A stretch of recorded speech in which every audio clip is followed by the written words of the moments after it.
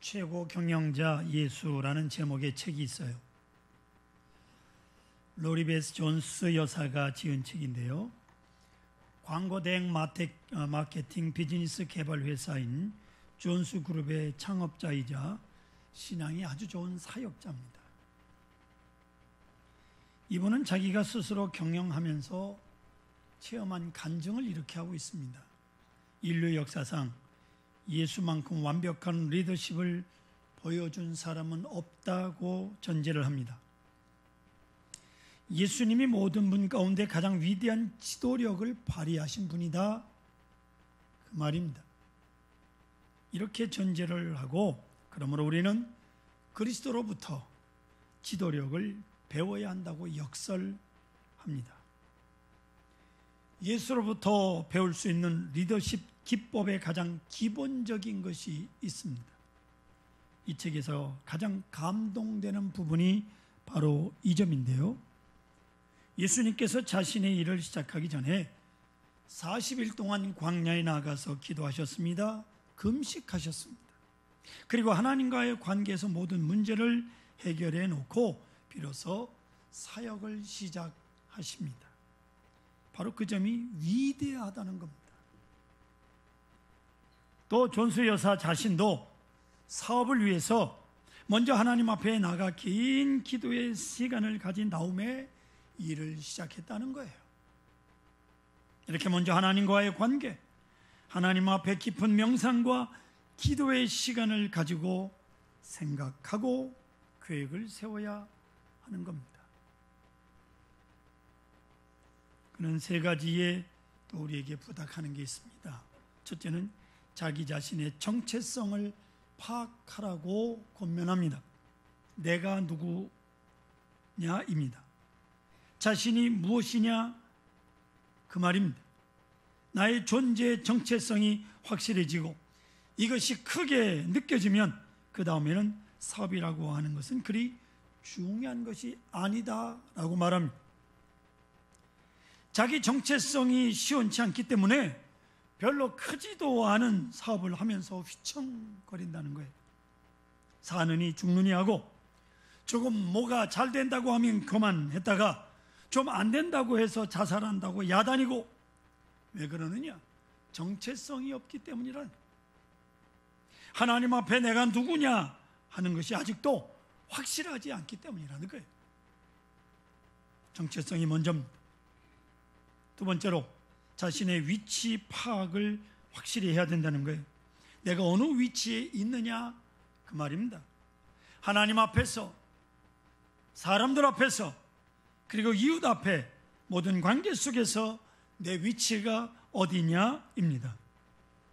이것은 바로 기도 중에 깨달아야 하는 거예요. 셋째는 사명 파악이라고 말합니다. 내게 맡겨진 사명이 뭐냐입니다. 하나님께서 왜 나를 세상에 내셨으며 내 일생을 통해서 무엇을 이루기를 원하시느냐 하는 거죠. 사명, 이 절대적인 사명, 그러면서도 특별히 개인적인 사명, 이것을 알고 여기에 내 충성을 다하되 생명을 바칠 만한, 목숨을 바쳐도 아깝지 않는 그런 확실한 사명 의식을 가지고 출발해야 된다는 거예요. 자그마한 사업도 이런 분명한 사명 의식을 가지고 해야 된다. 사업을 하신 분들이나 앞으로 사업하실 분들 잘 기억해 주시길 바랍니다. 성도 여러분, 행복한 사람이 어떤 사람입니까? 각자 다 행복에 대한 주관적인 생각들이 있겠지만 제가 늘 생각하는 것이 세 가지가 있습니다. 제가 생각하는 행복의 기준이라고 말할 수 있습니다. 첫 번째는 하고 싶은 일을 하며 사는 사람이 가장 행복한 사람입니다. 저 자신 역시 능력은 없지만 정신없는 시간 속에서 목회하는 것 참으로 즐겁게 하고 있습니다. 무슨 일이든지 기쁜 마음으로 하는 거예요. 억지로 하는 일을 피곤해서 못합니다. 주일날 설교하고 돌아서면 수요일 저녁 설교 준비해야 됩니다. 수요일 저녁 설교 끝나면 주일 준비해야 됩니다. 목요일부터 우리가 설교를 작성하기 시작합니다. 일주일에 4번 새벽기도 설교하는 거 빼고 하나님이 주신 모든 능력을 다 소진하는 겁니다. 자기 능력을 극대화할 수 있는 길은 기쁨으로, 감사한 마음으로 하는 거예요. 부족한 대로 감사와 기쁨, 그것이 건강과 능력의 근본이 올시다. 두 번째로, 해야 할 일을 하는 사람이 행복한 사람입니다. 해서는 안 될 일, 그 일을 즐겨서는 안 됩니다. 하지 말아야 될 일을 하면서 즐거우면 이건 문제가 심각한 거죠. 해야 할 일을 즐기는 거예요. 내가 마땅히 하여야 할 일, 당연히 해야 할 일을 해야 되는 거예요. 그럴 때 후회가 없고요, 피곤도 없습니다. 유명한 철학자 임마누엘 칸트는 이렇게 말합니다. 너는 그것을 할 수 있다. 왜냐하면 마땅히 하여야 할 일이기 때문이다 라고 말합니다. 마땅히 하여야 할 일을 하게 되면 할 수 있게 됩니다. 그걸 알아야 돼요.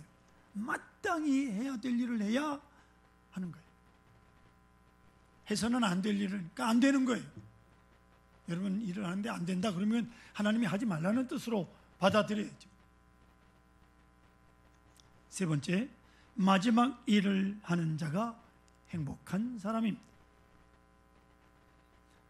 사람이 살다 보면요, 준비할 게 얼마나 많습니까? 미래를 준비하는 일이 있어서 이제 앞으로 무슨 일을 하게 될지 잘 모를 때도 있고요, 그러다 보니 여기까지 온 분도 계실 겁니다.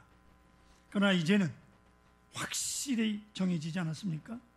이 일을 위해서 일하다가 여기서 끝낼 것입니다. 이 마지막 일, 이 종말론적인 이 일을 하면서 이제 마지막 길을 밀어붙이는 바로 그 일을 하면 절대로 피곤하지 않아요. 그런 사람이 행복한 사람입니다. 왜요? 이제는 후회가 없으니까. 후회가 없습니다. 여기까지 잘 달려오셨습니다. 여기까지 달려온 여러분을 축복합니다. 이제 마지막 코스를 뛰고 있습니다. 그가 행복한 거예요. 이런 마라톤 경기를 유심히 보신 분들은 아실 겁니다. 42.195km, 이건 인간의 한계입니다. 이걸 뛰고 죽은 사람도 있으니까. 마라톤 선수의 말을 들어보면 35km 지점쯤 오면 그냥 그 자리에 심장이 멈춰서 죽었으면 좋겠다 그러면 얼마나 고통스러운. 그런데 그 선수가 경기장에 들어섭니다. 맨 마지막 들어가는 코스가 저기 보입니다.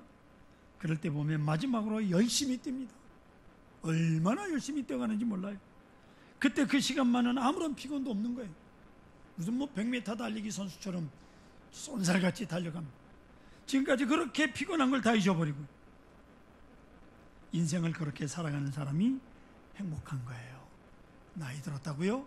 천만의 말씀. 더 힘차게 달려가시기를 축원합니다. 사도 바울은 그 자신의 편지 서두에 자신을 이렇게 소개합니다. 사도 바울 사도 혹은 종, 그리스도의 종 바울은 무엇을 말하는 겁니까? 사도란 높은 이름이고요, 종이란 낮은 이름이고, 사도는 영광된 이름이고 종, 노예는 비참한 이름입니다. 사도 바울은 이 두 이미지를 그대로 한 몸에 지니고 살고 있다고 고백을 합니다. 사도인 동시에 노예요, 노예인 동시에 사도라는 말입니다. 이것이 사도 바울의 정체성이, 여기에 이방인의 사도된 사명이 있습니다. 이게 바울이에요. 오늘 본문에서 사도 바울은 자기의 정체성을 두 가지로 고백을 합니다. 여러분 1절 보십시오. 사람이 마땅히 우리를 그리스도의 일꾼이요, 첫째는 그리스도의 일꾼이라고 그랬고요, 두 번째는 하나님의 비밀을 맡은 자로 여길지어다, 이겁니다. 자, 이제 일꾼이라는 말을 간단하게 정리를 합니다. 이 말에 특별한 의미를 가진 헬라어가 있는데 피페레테스라고 하는 단어입니다. 이게 노예라는 말이요, 종이라는 말인데 여기에 깊은 뜻이 뭐냐? 노를 젓는 자라는 뜻을 가지고 있어요. 그것도 배 밑에서 노를 젓는 자라는 뜻입니다. 옛날 로마 군인들이 배를 타고 전쟁하러 갈 때 큰 배는요 2층 지하로 2층 3층에 내려가면서 노 젓는 부분이 있어요. 긴 노가 있는데 이거를 젓게 됩니다. 노 하나에 한 사람이 앉아서 두 손으로 이쪽에 쫙 앉아 있고 이쪽에 쫙 앉아 있고, 선장이 명령할 때 노를 짚니다. 일제히 짚게 됩니다. 빨리 절하고 북을 빨리 치면 빨리 젓고 멈추라면 멈춥니다. 노 젓는, 그 밑에서 노 젓는 사람들은 이 배가 어디로 가는지 모릅니다. 알 바도 없습니다. 다만 선장이 빨리 절하면 빨리 젓고 멈추라면 멈추는 거예요. 여기 아무런 질문이 없어요. 물을 수도 없습니다. 물론 노를 지은 다음에 주어지는 보상이 무엇인지도 물을 권리도 없습니다. 이것이 노 젓는 사람이, 여러분 상상해 보십시오. 이 배가 어디로 가는지도 모르면서 노를 젓습니다. 이것이 바로 일꾼이요 종입니다. 아시겠습니까? 현대적인 말로 바꿔 말하면 토탈 액셉텐스라고 하는 단어를 씁니다. 전적인 수용이라는 말입니다. 모든 지식과 판단을 다 바쳐버립니다. 그가 하는 말이 다 옳습니다. 그가 하는 것은 의롭습니다. 그대로 순종합니다. 전부를 받아들입니다. 그가 어디로 인도하든지 순종합니다. 그 속에 깊은 경륜과 뜻이 있는 줄 알기에 무슨 커리큘럼으로 가르치든지 어떤 시를 주시든지 아무 군소리가 없는 거예요.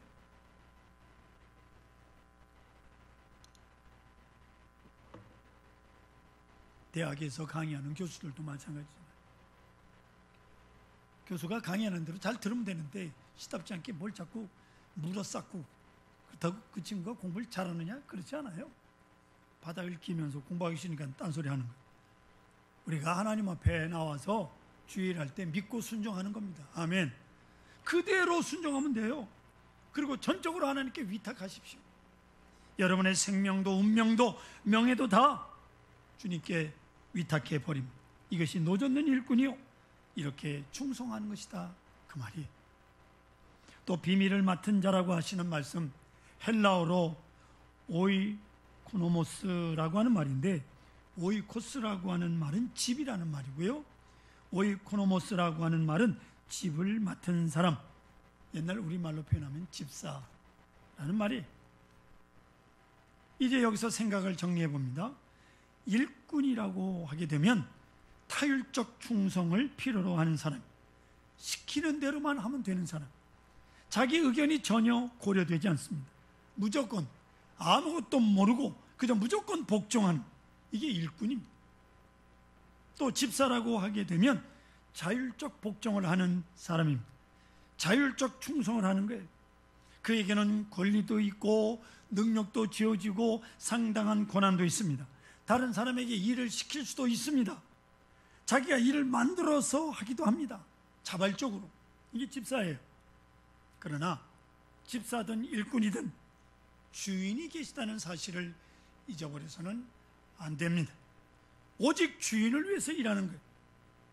주님께서 주장하시는 대로 주님의 뜻을 알아가면서 그 뜻을 받들어 충성을 다합니다. 이것이 종이 할 일이요 집사가 해야 될 일입니다. 항상 잊지 말아야 될 것은 나는 어디까지나 주인을 위해서 일하는 사람이라고 하는 것입니다. 충성은 기본이에요. 맡은 자에게 구할 것은 충성인이라고 말씀합니다. 이게 기본 자세올시다. 깊이 생각하시고 교회와 주님을 섬기시기를 축원합니다. 아프리카 어느 병원에 입원한 여성이 침대에 누웠다가 바깥을 보고 싶어서 창밖을 내다보다가 보리밭에서 보리를 열심히 밟고 있는 한 노인을 발견했어요. 그래서 누군가하고 자세히 보니까 그 노인은 바로 그 병원의 병원장 슈바이처 박사가 보리를 밟고 있는 거예요. 슈바이처 박사는 목사요, 철학자요, 신학자요, 음악가이며 의사인 이 어른이 아침부터 볼일 밟고 있는 중입니다. 궁금한 여성이 밖에 나가서 슈바이처 박사에게 물었습니다. 왜 이런 일을, 굳은 일을 하십니까? 슈바이처가 대답합니다. 내게 맡겨진 일이니까, 또 얼마든지 할 수 있는 일이니까, 또 해야 할 일이니까 하고 있을 뿐이다. 해야 될 일이고, 뭐 보리받는 일이 뭐 그렇게 힘들어요? 운동 삼아서도 할 수 있는, 해야 될 일이. 다른 사람이 슈바이처 박사에게 묻습니다. 선생님은 왜 아프리카에 오셔서 이렇게 어려운 곳에 이 고생을 하십니까? 그는 아주 쉽게 대답을 합니다. 슈바이처는 말합니다. 말로는 감동할 수가 없기 때문에, 말로는 누구도 감동시킬 수가 없기 때문에 행동으로 그리스도의 사랑을 드러내고 있는 것이다 라고 말입니다. 성도 여러분, 이게 충성이에요. 충성은 지식이 아니고 말이 아닙니다. 행동입니다. 생명 자체라는 것을 알아야 합니다. 작년에 우리 남자 장로님들, 뭐 집사님들, 교인들 설거지 봉사, 우리 홍 목사님이 짤 때는 그래도 담임 목사라고 2번만 넣어주더니 올해는 최경옥 집사가 짰대, 권사가 짰대요. 그래도 3번을 넣었어. 그래서 제가 내년에는 홍 목사님으로 짜라고 했어. 그래야 2번만 하지. 이 권사님이 짜니까 그냥 사정없이 내년에 4번 넣을까봐 걱정입니다. 여러분, 행동으로 하는 거예요. 말로 하는 게 아닙니다. 주의 일은 몸으로 하는 거예요. 말로는 얼마든지 할 수 있어요. 식당에 들어가서 한 번이라도 설거지를 해보시면 하나님 교회에 충성하는 일이 얼마나 귀한 일이고 복된 일인가를 체험하게 될 것입니다. 충성을 평가하는 척도가 3가지가 있어요. 오늘 성경에 그 3가지 평가를 정리합니다. 첫째로 3절 상반절 보세요. 너에게나 다른 사람에게나 판단받는 것이 내게는 매우 작은 일이라. 남들이 나에게 뭐라고 하느냐? 다른 사람에게 판단받는 것. 여러분, 사람들이요, 평판에 대해서 다른 사람의 말에 얼마나 신경을 쓰는지 모릅니다. 그래서 보면 내가 내 삶이 불행해서가 아니라 다른 사람이 잘 살아서 내가 불행한 것처럼 그렇게 느껴지고 보인다는 거예요. 이렇게 다른 사람에 대해서 많은 신경을 쓰는 타율적인 타인 주도적 체질이 이 땅에 참 많아요. 참으로 유감스러운 일입니다. 다른 사람 잘 사는 거하고 나하고 전혀 관계없다고요. 예를 들면 지도자, 이 나라 대통령도 마찬가지. 당당한 철학과 주견을 가지고, 철학을 가지고 밀고 나가면서 백성들에게 따라오라고 그래야지. 다리 하나 놓을까요 말까요? 일일이 물어서 한다면 뭔 일을 하겠습니까? 예? 요즘 웬만한 섬에 가면요, 다 다리가 놓여져 있어요. 다리가 놓여지면 누가 반대하는지 아십니까? 배 가지고 사람들 들락날락거리면서 돈 버는 사람들이 당장 반대를 하죠. 그럼 누구 말을 들어야 되는 거예요? 여론이 중요하고 평가가 중요하지만은 여기 너무 신경을 쓰면 기회주의자가 되는 거예요. 자기 상실을 보게 되는 거예요. 마지막에는 위선자가 되고 마는 겁니다. 원칙이 없는 정치, 원칙이 없는 행정, 원칙이 없는 삶이란 언제나 이렇게 남들의 여론에 휘둘리게 되는 겁니다. 옛날 초등학교 교과서에 나오는 이야기를 여러분들은 기억하실 겁니다. 아버지와 아들이 나귀를 끌고 갑니다. 사람들이 그래요. 왜 나귀를 끌고 가느냐고. 타고 가야지. 그래서 아버지가 올라타고 아들이 고삐를 잡고 갑니다. 동네 사람들이 뭐라고 흉을 보느냐? 아이고, 저 아이는 고삐를 잡게 하고 어른이 떡하고 타고 가네. 수군수군 대니까 이번에는 아들을 태우고 아버지가 고삐를 잡고 갑니다. 그랬더니 남들이 흉보기를, 저런 불효자가 있나? 제가 타고 아버지에게 고삐를 잡고 걸어가게 하다니. 이제는 한 수 없이 아버지와 아들이 나귀를 함께 탑니다. 괜찮을 줄 알았어요. 이번엔 이렇게 흉을 봅니다. 저런 나쁜 놈들이 있나? 저 어린 나귀를 두 사람이 타고 가네? 할 수 없이 결국은 나귀를 둘러매고 갔다고 그러지 않습니까? 누구 말에 어떤 장단에 춤을 춰야 되는 거예요? 남의 입방아에 놀면 입꼬리 되고 마는 거예요. 나귀를 어깨에 메고 가는 수밖에 없는 거예요. 사도 바울은 분명히 말합니다. 다른 사람들의 평판이 중요하지만은 내게는 그리 중요하지 않다는 거예요. 아시겠습니까? 두 번째로 3절 하반절에 보시면 이렇게 말합니다. 나도 나를 판단하지 아니하노니 내가 자책하려면 그것도 깨달지 못하노라. 사도 바울 참 대단한 사람이에요. 내가 가진 기준이 있다는 거죠. 나는 여기에 가책이 없다는 거예요. 최선을 다하고 있기 때문에 내가 나를 판단해 봅니다. 자기의 충실에 힘쓰고 있습니다마는 그러나 나도 나를 판단하지 아니한다고요. 중요한 얘기입니다. 왜일까요? 내 판단, 내 고집, 내 주견에 빠지는 순간 독선에 빠지거든요. 내 판단이 다 옳은 건 아니니까. 어떻게 내 판단이 다 옳다고 고집을 부리십니까? 예? 어떻게 내 생각만 다 옳아요? 다른 사람의 생각도 있는. 성도 여러분, 최선을 다했다고 해서 의가 된다고 생각하지 마십시오. 최선은 내 마음뿐이지. 내가 생각할 때 최선을 다했다고 하는 거지. 나의 최선에 대해서 하나님께서 분석하시고 판단하실 것입니다. 그래서 세 번째 4절 하반절에 보면 뭐라고 되어 있어요? 다만 나를 심판하실 이는 주시니라고 말씀하고 있잖아요. 무슨 말인 거 아니에요? 하나님의 판단 그것만 옳다 그 말이에요. 다른 사람 판단, 내 판단 결코 중요하지 않아요. 거기에 기준을 두고 충성을 다한다 이 말입니다. 마태복음 20장에 보면 포도원 비유가 나옵니다. 포도원에 이제 일꾼들을 모읍니다.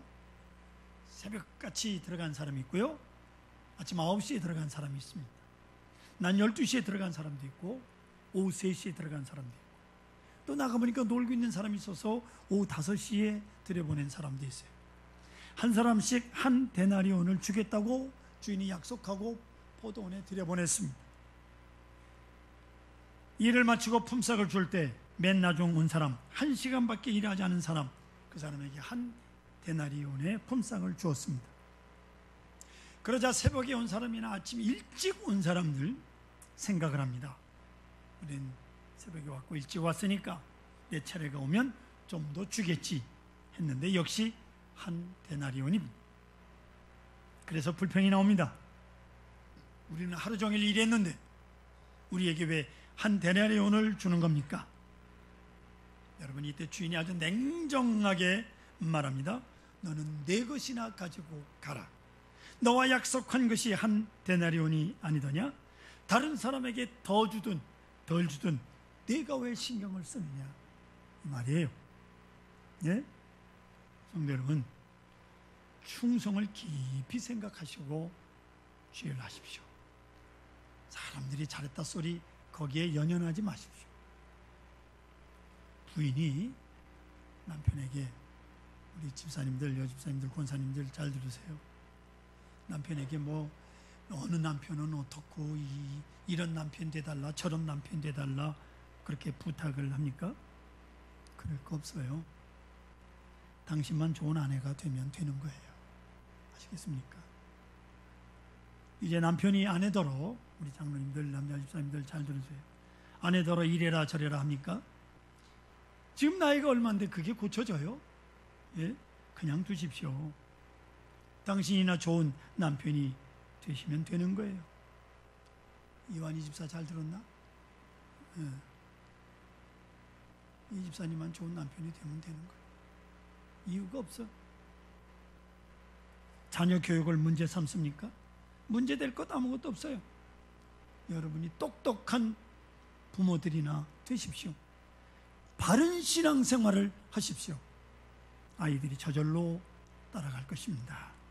남의 일에 이래라 저래라 마음에 든다 안 든다 하지 마십시오. 나만 하나님과 나 사이에 내가 해야 할 일만 내가 하는 거예요. 이게 충성이, 그것이 바로 믿음이 옳시다. 성도 여러분, 다른 사람에게 하나님의 상이 주어지든지 벌이 주어지든지 다른 사람이 어떻게 되든 알 바 없습니다. 당신만 하나님과의 관계에 충성을 다할 것입니다. 이것이 직선적인 거예요. 오직 주님 앞에서 내가 해야 할 일입니다. 탈무드에 이런 말이 있어요. 참으로 귀한 말입니다. 새겨 들으실 만한 겁니다.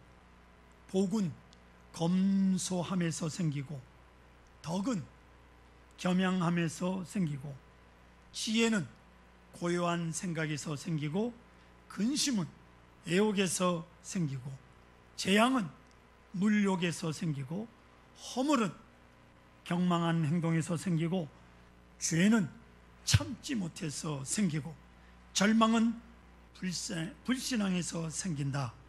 참 옳은 말씀이 아닐 수가 없습니다. 여러분, 충성이라고 하는 것은 아무것도 바라는 마음이 없어야 충성이 옳시다.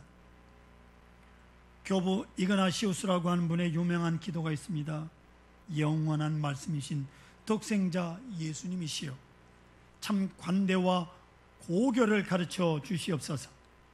계산 없이 주는 것을 가르쳐 주시옵소서. 상처 입을 일에 구애됨이 없이 싸우는 것을 가르쳐 주십시오. 휴식을 구하지 않고 일하는 것을 가르쳐 주십시오. 대가를 구하지 않고 희생하는 것을 가르쳐 주십시오. 그리하여 충성된 자에게 주시는 큰 기쁨을 알게 하여 주시옵소서. 사랑하는 성도 여러분, 다시 묻습니다. 충성이 무엇입니까? 충성이 곧 믿음이 곧 충성입니다. 헬라어로 피스티스 같은 말이에요. 충성이나 믿음이 피스티스 같은 말. 내가 하나님을 믿을 때 구원에 이릅니다. 아멘. 믿음으로 구원을 얻는 거예요. 자, 하나님을 믿는 믿음으로 이제 나아갈 때 하나님께서 나를 믿으시고 나의 충성을 믿으실 수 있을 때 나에게 복을 주시는 거예요. 아멘. 네? 이게 중요한 거예요. 그냥 복 달라고 해서 하나님이 복을 주시는 게 아니에요. 작은 일에 충성했을 때 큰 일을 맡기시는 겁니다. 순수한 마음으로, 진실한 마음으로 온전한 충성을 다할 때 충성함으로는 큰 기쁨과 하나님의 복을 누리시기를 주 이름으로 축원합니다.